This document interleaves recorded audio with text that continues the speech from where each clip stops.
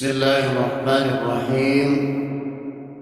Assalamualaikum warahmatullahi wabarakatuh.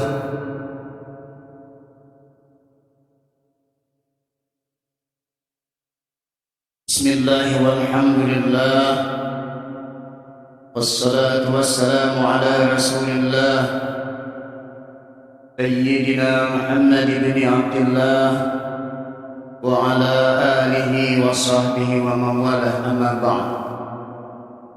Allahumma rabbi shrah li sadri wa yassir li amri wa hlul 'uqdatam min lisani yafqahu qawli.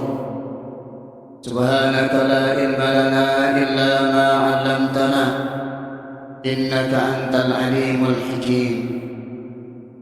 وقال الله تعالى في كتابه القرآن الكريم: أعوذ بالله من الشيطان الرجيم، بسم الله الرحمن الرحيم. إن الذين يتلون كتاب الله وأقاموا الصلاة وأنفقوا مما رزقناهم سرا وعلانية يرجون تجارة لن تدور. وقال النبي صلى الله عليه وسلم: إذا جاء رمضان فتحت أبواب الجنة وغلبت أبواب النار وسفرت الشياطين.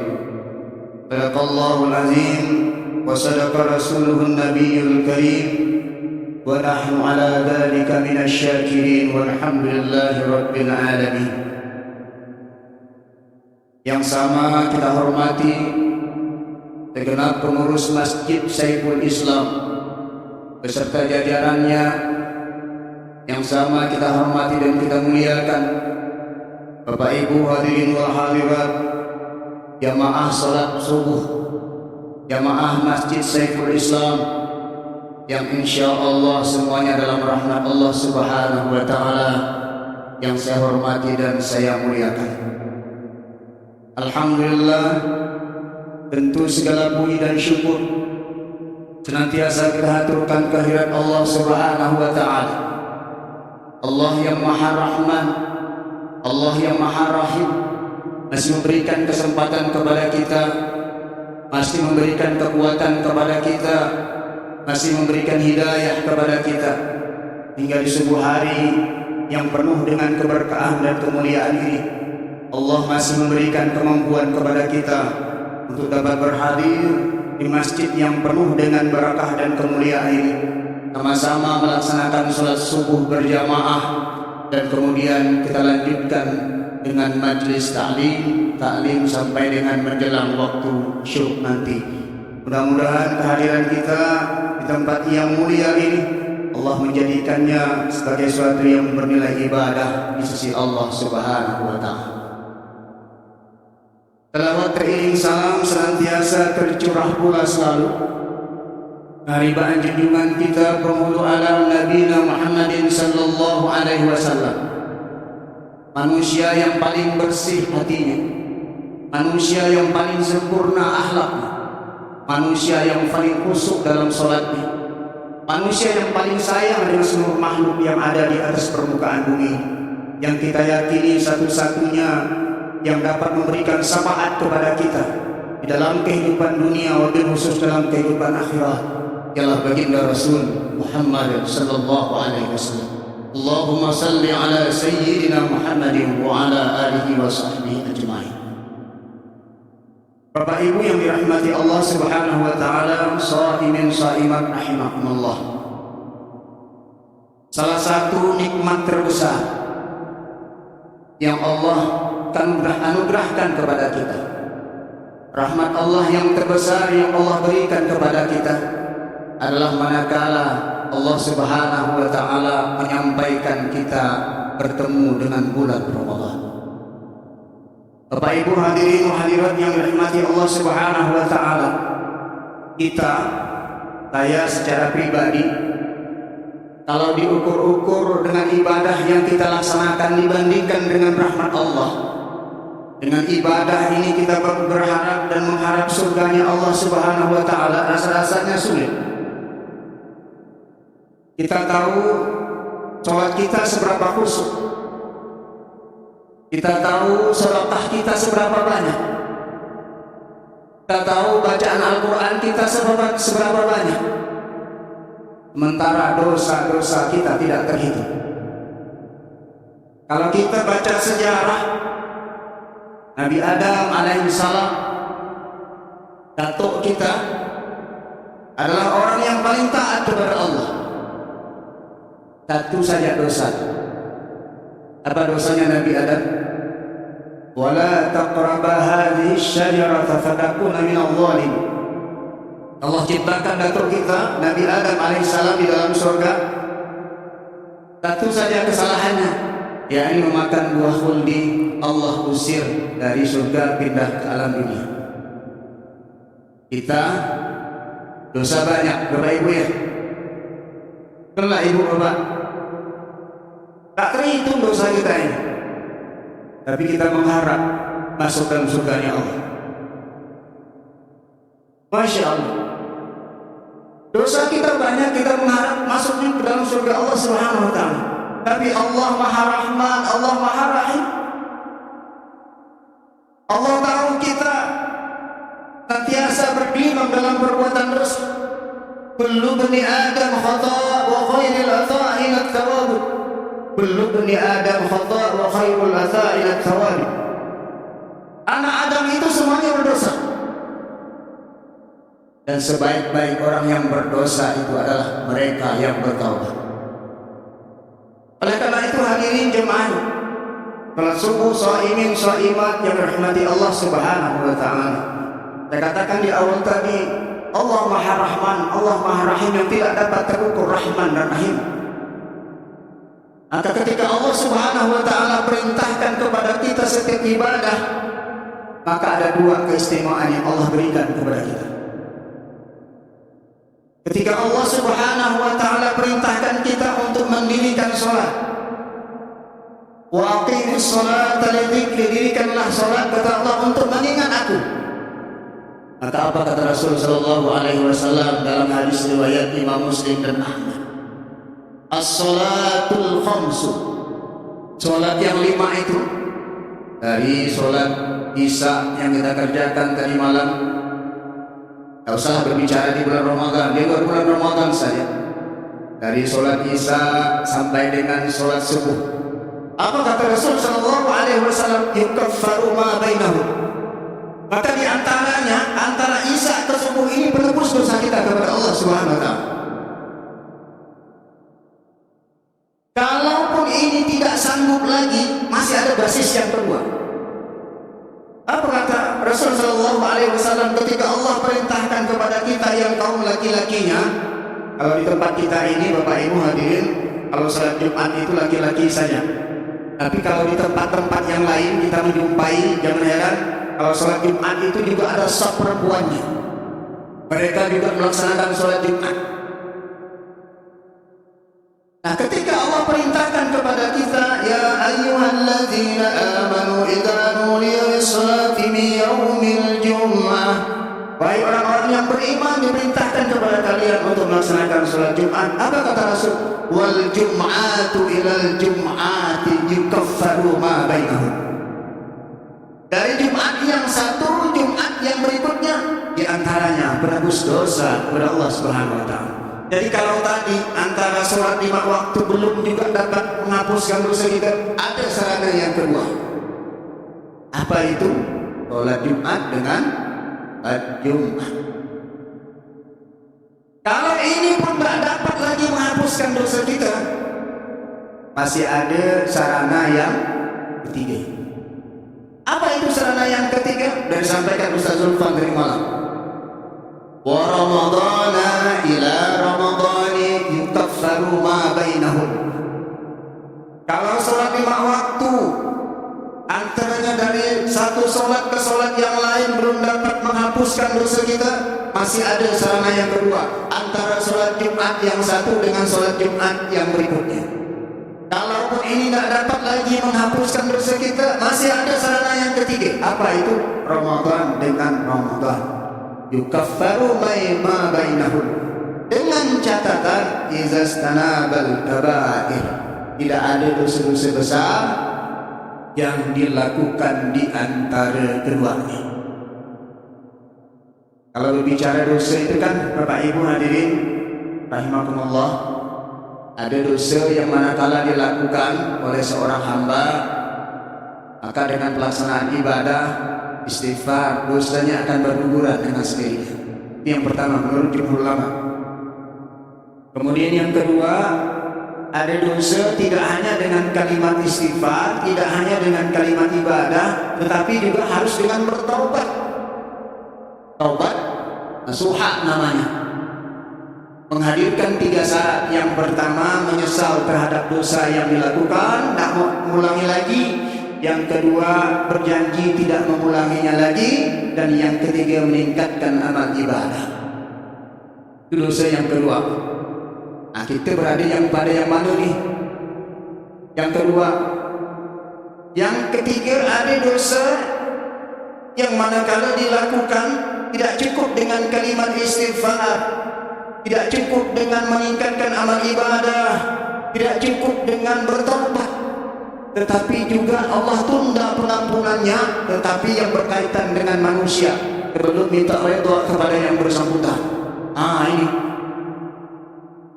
Ini misal pulang dari Masjid Saiful Islam ini, maklumlah kedau-kedau masih subuh, salah masuk sendal misalnya kan, ambil sendal yang lain, datang sendal lain sebelah, dan itu mengambil sendal yang lain misalnya.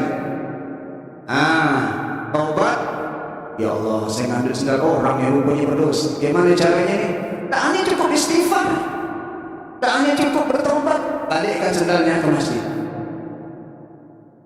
Ada juga kadang-kadang udah istighfar, udahlah ini kan orang pasti ikhlas dengan sendal kita nih, berapa plus 17 enggak, itu jangan main-main. Berkaitan dengan hak orang, tidak akan diampunkan dosanya sebelum yang bersangkutan minta redha kepada yang bersangkutan.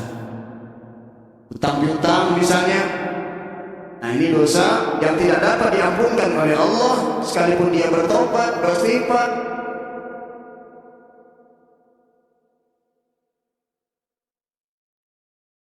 Yang terakhir, ada dosa yang mana kala dilakukan Allah lah punya hak prerogatif untuk mengampunkan atau tidak. Apa itu? Dosa syirik. Innallaha la yaghfiru an yushraka bihi wa yaghfiru ma duna dzalika liman yasha. Sesungguhnya Allah tidak akan pernah mengampunkan dosa syirik dan akan mengampunkan dosa-dosa yang lain yang dikehendaki oleh Allah Subhanahu wa taala. 4 macam dosa. Jadi jangan mentang-mentang rajin sholat, jangan mentang-mentang banyak puasanya, jangan mentang-mentang banyak sholat Jumat, tetapi dosa dengan tetangganya tidak pernah minta maaf. Ini hati-hati. Dosa dengan istri, dengan suami, dengan anak-anak tidak pernah minta maaf. Walaupun kita bangun tahajud tiap malam, walaupun kita sedekahnya banyak, walaupun duhanya jalan terus, walaupun Qur'annya hatam tiap hari, sementara dosanya dengan orang lain, menyakiti hati orang lain, tidak pernah diminta maaf. Ini hati-hati Bapak Ibu hadirin hadirat yang dirahmati Allah Subhanahu wa taala. Bapak Ibu yang saya hormati dan saya muliakan, saya sebenarnya subuh ini dapat judul dari Ustaz Nur Syahid. Ini puasa meningkatkan keimanan. Tadi saya anggaplah mukadimah untuk kita semuanya sebagai rasa syukur terhadap rahmat dan nikmat Allah yang luar biasa diberikan kepada kita semuanya ini, dapat bertemu dengan bulan Ramadan. Dan dapat judul puasa meningkatkan keimanan. Mungkin pernah bertanya kita kepada diri kita hadirin sekalian, atau kita pernah melihat orang lain, kenapa ya Ustaz? Dulu saya tekun rasanya ibadah, baca Quran 1 juz 1 hari, malam-malam pun melaksanakan sholat tahajud, sholat tepat waktu, datang ke masjid sebelum azan berkumandang, ditambah lagi dengan sholat-sholat sunnah. Kenapa sekarang akhir-akhir ini jadi menurun ya? Al-Quran syukur-syukur kalau dibaca pada saat sholat saja, Karena memang sholat itu setelah Al-Fatihah baca Quran katanya. Itulah yang saya baca. Sholat tahajud berat rasanya. Sedekah pun milih-milih, mikir-mikir. Kalau ada tok lewat di depan saya, dibuka dompet, saya tengok di dompet saya ada duit 50.000, ada duit 20.000, ada duit 5.000, ada duit 2.000, 2.000 yang saya beri Ustaz. Saya berikan. Berat benar rasanya itu mau bersedekah. Duha gitu juga. Nah, itulah permasalahannya. Dan menurut para ulama, bahwa jenisnya iman kita itu kadang pasang, kadang surut, kadang naik, kadang turun. Kalau iman kita lagi naik, iman kita lagi pasang, pasti kualitas ibadah kita juga akan meningkat. Nyaman rasanya bangun malam tahajud, nyaman rasanya duha, nyaman rasanya baca Quran. Kenapa? Imannya lagi naik. Nah, karena memang menurut ulama jenis iman itu ada 3 jenis yang diberikan Allah kepada makhluk. Yang pertama ada jenis iman la yazidu wa la yanqus. Jenis iman tidak pernah bertambah, tidak pernah berkurang. Ada makhluk Allah yang Allah ciptakan memiliki keimanan yang stabil, tak pernah turun, tak pernah naik, stabil dari sejak dia diciptakan sampai dengan dunia kiamat nanti. Ini imannya siapa ini? Imannya para malaikat. Malaikat itu Bapak Ibu hadirin hadirat yang dirahmati Allah Subhanahu wa taala. Kalau kita baca Al-Qur'an, baca sejarah, dari sejak diciptakan oleh Allah bertasbih kepada Allah, bertasbihlah dia sampai dengan hari kiamat. Tak pernah melanggar larangan Allah, karena memang malaikat tidak diberikan nafsu untuk melanggar larangan Allah. Wajar, malaikat sempurna terus. Imannya para malaikat tidak pernah bertambah, juga tidak pernah berkurang.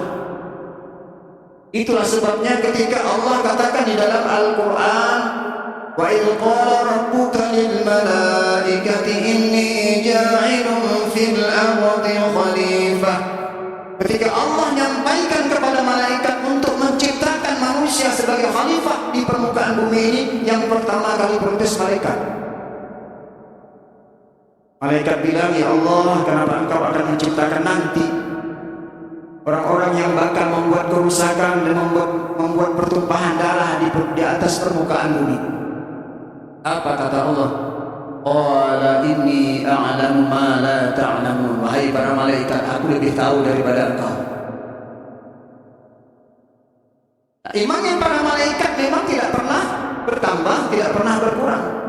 Bayangkan Bapak Ibu, kalau imannya malaikat itu bisa berkurang. Malaikat diciptakan Allah dengan nafsu, bagaimana rusaknya dunia ini. Karena jumlah malaikat itu jauh lebih banyak dari jumlah makhluk bernama manusia. Allah ciptakan manusia, ada 2 malaikat yang Allah ciptakan mendampinginya, malaikat rakib dan atid. Itu dampingi manusia saja, belum yang ngatur-ngatur yang lain. Kalau malaikat sempat diberikan nafsu untuk melanggar larangan Allah, nauzubillah, gimana rusaknya ini? Itu yang pertama. Kemudian yang kedua, ada makhluk Allah yang Allah berikan dengan kondisi keimanan, jenis imannya yazidu wa la yanqus. Jenis imannya nambah terus, tak pernah berkurang. Kualitas ibadahnya meningkat terus, tak pernah turun, tak pernah kendor. Bagi kita kan lain, Bapak Ibu hadirin sekalian. Ramadan pertama, Ramadan kedua, Ramadan ketiga, yakin saya masih semangat nih. Al-Quran pun tak pernah lepas. Masuk hari yang ke-10 kelihatan siapa yang udah mulai sempoyongan itu. Tanya godaan sudah. Yang mikir mudik, yang mikir lebaran, Mohon maaf Bapak Ibu, ada jemaah yang ngeluh kepada saya, masuk ke hari 20, ditegur sama istrinya. Yang tidak tegur, Pak, mana Pak, gajian belum, rumah belum dicat. Istri dah paham dah, masang muka kan. Masuk ke hari 20, suami tak ditegur, bingung kelimpungan suami, apa salah saya? Rupanya belum diberikan. Nah, adapun Nabi dan Rasul imannya meningkat terus. Makanya kita baca sejarah, belum pernah ada kita dengar Nabi dan Rasul itu mengajukan pengunduran diri sebagai Nabi dan Rasul. Ya Allah, saya mundur aja sebagai Rasul, ini berat cobaan. Ya, diberikan cobaan oleh Allah terus. Sekali mengajak manusia bertauhid kepada Allah selamanya, tak pernah kendor imannya. Memang, karena memang Nabi imannya, para Nabi dan Rasul itu adalah tidak pernah turun, senantiasa naik. Yazidu wala yanqus. Yang terakhir, ini dia jenis iman yang Allah, yang para ulama sebutkan yazidu wa yanqus. Kadang bertambah, kadang berkurang. Inilah imannya kita. Kadang iman kita naik, kualitas ibadah pasti yakin lancar itu. Kalau merasa nyaman, Bapak Ibu sekalian, ibadah bangun malam enak, ringan rasanya. Bangun subuh tepat waktu. Sholat Jumat belum azan berkumandang sudah duduk di masjid. Itu pertanda grafik iman lagi naik.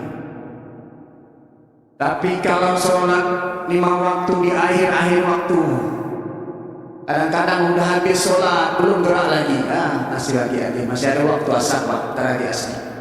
Sholat asar udah mendekati maghrib, berkahnya juga jarang, Al-Quran pun jarang disentuh, bangun malam berat, bahkan orang ke majelis taklim pun dicibir. Coba tuh, sekarang ini kan lagi viral-viralnya tuh, ibu ke majelis taklim, bingung dia ngapain ibu ke majelis taklim nih, gimana ngatur anak-anaknya, kan ada seperti itu. Tahu dia ini akibatnya tidak pernah ke majelis taklim ini. Bingung deh majelis taklim itu apa gitu, Pak. Ada yang ngomong seperti itu, Pak. Dan itu bukan orang-orang sembarangan, profesor, dokter honoris causa. Bingung dia, kenapa ada si ibu sedikit pengajian? Apa sebenarnya dicari? Coba sekali-sekali aja di pengajian, gimana rasanya tentang pengajian itu? Jadi kalau kita melaksanakan ibadah merasa berat, maka boleh jadi kualitas iman kita mengalami penurunan. Jadi apa yang harus kita lakukan untuk meningkatkan keimanan ini? Maka yang pertama, Abu Hasan Al-Asy'ari, beliau menyatakan al-imanu yazidu bil-tha'ah wa yanqus bil-ma'siyah. Iman itu kalau mau meningkat dengan ketaatan, makin taat kita, makin berupaya kita untuk taat, makin berikhtiar kita untuk taat, kita lawan itu, maka iman akan meningkat. Sebaliknya, wayanqus bil maksiyah, iman itu akan turun kalau lalai, kalau suka bermaksiat, kalaupun tidak bermaksiat, berkawan dengan orang yang sering melakukan perbuatan maksiat. Jadi yang pertama tadi, iman yazidu bit-tha'ah, iman itu akan meningkat dengan ketaatan. Kalau kita tidak mampu taat, kata Abu Hasan Al-Asy'ari, berkawanlah dengan orang-orang yang taat. Berkawan dengan orang-orang yang suka ke majelis taklim, berkawan dengan orang-orang yang selalu membaca Al-Quran, berkawan dengan orang-orang yang suka bersedekah, berkawan dengan orang-orang yang selalu menjaga lisannya, berkawan dengan orang-orang yang selalu melakukan kebaikan-kebaikan, maka kita terkondisi untuk melakukan kebaikan. Sebaliknya, kalau kita tidak mau melakukan ini, di rumah saja atau di mana saja, berkawan pun dengan orang-orang yang jauh dari ketaatan kepada Allah, tidak termotivasi untuk melakukan kebaikan-kebaikan, pelit, kemudian tidak menjaga lisannya, maka kita khawatir akan terkontaminasi dan kita akan cenderung melakukan hal yang serupa. Inilah yang berpotensi melemahkan keimanan kita. Yang kedua, apa yang harus dilakukan? Doa. Di dalam doa itu diajarkan oleh Rasul sallallahu alaihi wasallam, sering kita baca, ya muqallibal qulub tsabbit qalbi ala dinik wa ta'atik. Sering ibu bapak baca doanya, ya muqallibal qulub tsabbit qalbi ala dinik wa ta'atik. Ini salah satu doa supaya kita minta tetapkan keimanan kita. Apalagi doa yang sering kita baca, Allahumma ahyina bil iman wa amitna bil iman wahsyurna bil iman wa adkhilnal jannata ma'al iman. Ini doa yang sering kita baca. Untuk apa ini? Untuk supaya iman kita mengalami proses kenaikan. Jadi yang pertama tadi, al-imanu yazidu bi-tha'ah. Iman itu bertambah dengan ketaatan. Saya yakin di bulan Ramadan ini kita berupaya untuk taat kepada Allah. Kualitas membaca Al-Quran kita di bulan Ramadan pasti akan mengalami peningkatan dibandingkan dengan bulan-bulan yang lain. Betul nggak Bapak Ibu? Sholat kita di bulan Ramadan akan meningkat kualitasnya dibandingkan dengan bulan-bulan yang lain. Ada nggak orang sholat tarawih di luar bulan Ramadan? Ada nggak? Tak ada. Kalau ada orang sholat tarawih di luar bulan Ramadan, pasti dinyatakan aliran sesat. Belum lagi sholat yang ibadah-ibadah yang lain. Nah, maka di awal tadi saya katakan surah Al-Fatir ayat yang ke-29 itu, ketika orang melakukan 3 hal ini, maka dia dalam suasana selalu keberuntungan. Dia dalam suasana ketaatan kepada Allah. Dia jauh dari kerugian, imannya akan senantiasa meningkat. Apa itu? Yang pertama, innal ladzina yasquna kitaballah. Orang yang senantiasa baca Quran. Dimanapun dia berada, zikir Al-Quran, berkawan dengan Al-Quran.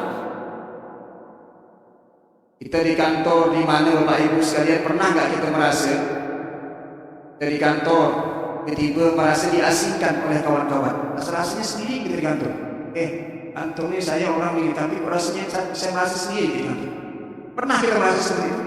Di tengah kawan banyak, rasa-rasa kita diabaikan, diasingkan. Nah, bagi orang-orang yang senantiasa berkawan dengan Al-Quran, dia jauh dari sifat ini. Senantiasa dia berada keberuntungan. Di dalam bulan Ramadan sudah pasti kita selalu baca Quran. Yang kedua,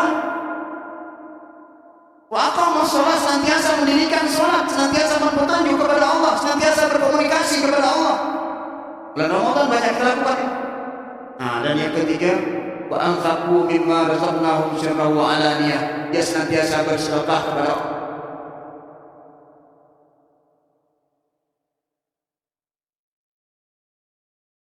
Maka kita senantiasa berada pada posisi taat kepada Allah, dan manakala taat inilah yang mengantarkan keimanan kita mengalami kenaikan. Apalagi tambah dengan berpuasa, Masya Allah. Nah, Allah yang sendiri maha maklum, maha mengetahui bagaimana dahsyatnya puasa seorang hamba yang senantiasa mengharapkan keikhlasan kepada Allah Subhanahu. Itu yang kedua. Kemudian yang ketiga, bagaimana cara nambah keimanan kita? Dalam hadis riwayat Imam Ahmad disebutkan, Rasul sallallahu alaihi wasallam memerintahkan kepada para sahabat, jaddadu imanakum. Jaddadu imanakum, perbarui iman kalian. Maka para sahabat bertanya, qila ya Rasulullah, kaifa nujaddadu imanana? Ya Rasul, bagaimana caranya kita memperbarui keimanan? Kalau tidak mampu yang tadi taat, tak mampu tadi berkawan dengan orang-orang yang baik, kemudian senantiasa ketaatan kepada Allah, jaddadu imanakum. Dengan apa itu? Qila ya Rasulullah, kaifa nujaddadu imanana? Ya Rasul, bagaimana caranya memperbarui iman kami? Apa kata Rasul sallallahu alaihi wasallam? Aqsiru min qawli la ilaha illallah. Berbanyaklah oleh kalian zikir kalimat la ilaha illallah. Inilah seabdal-abdalnya zikir. Di antara zikir-zikir yang lain lewat.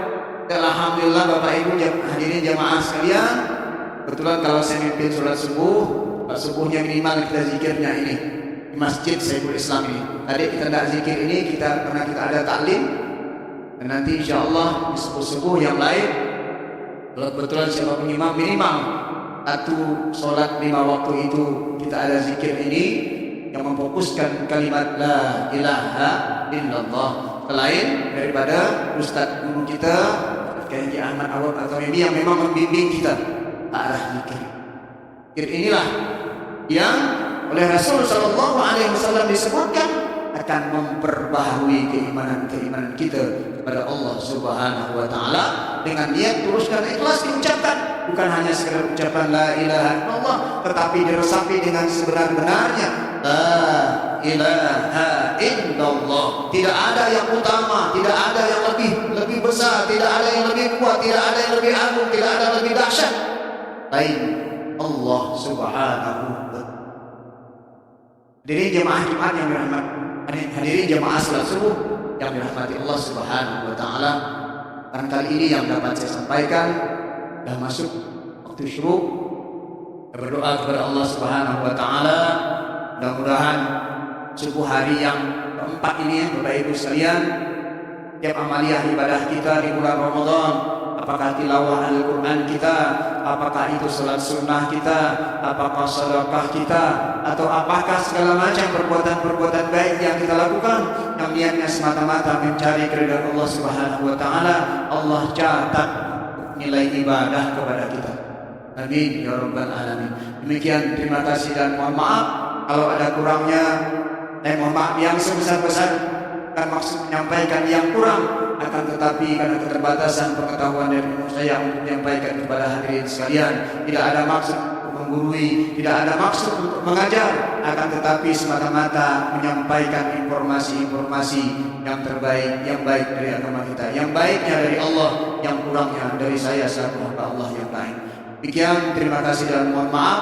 Untuk mengakhiri kegiatan subuh yang mulia ini, mari bersama-sama kita berdoa kepada Allah. Al-Fatihah. A'udzubillahi minasyaitonirrajim. Bismillahirrahmanirrahim. Alhamdulillahi rabbil alamin arrahmanir rahim maliki yaumiddin. Iyyaka na'budu wa iyyaka nasta'in. Shiratal mustaqim.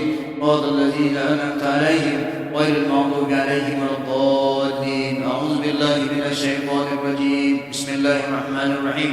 Alhamdulillahi rabbil alamin. Allahumma salli ala sayyidina Muhammadin wa ala ali sayyidina Muhammad.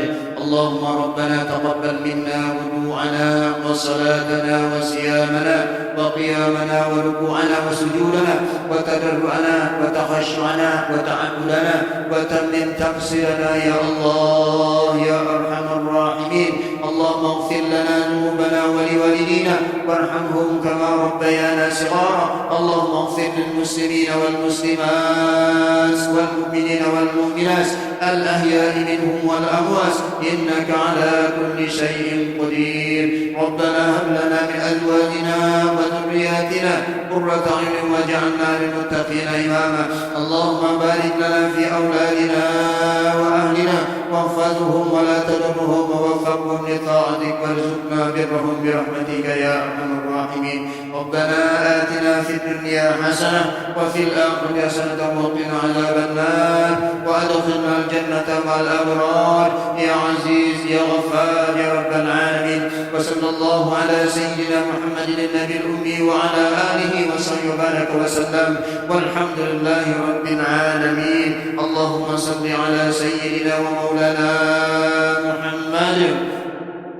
Wassalamualaikum warahmatullahi wabarakatuh. Waalaikumsalam warahmatullahi wabarakatuh. Terima kasih Pak Ustaz Haji Masyarakat yang telah memberikan pencerahan kepada kita semua.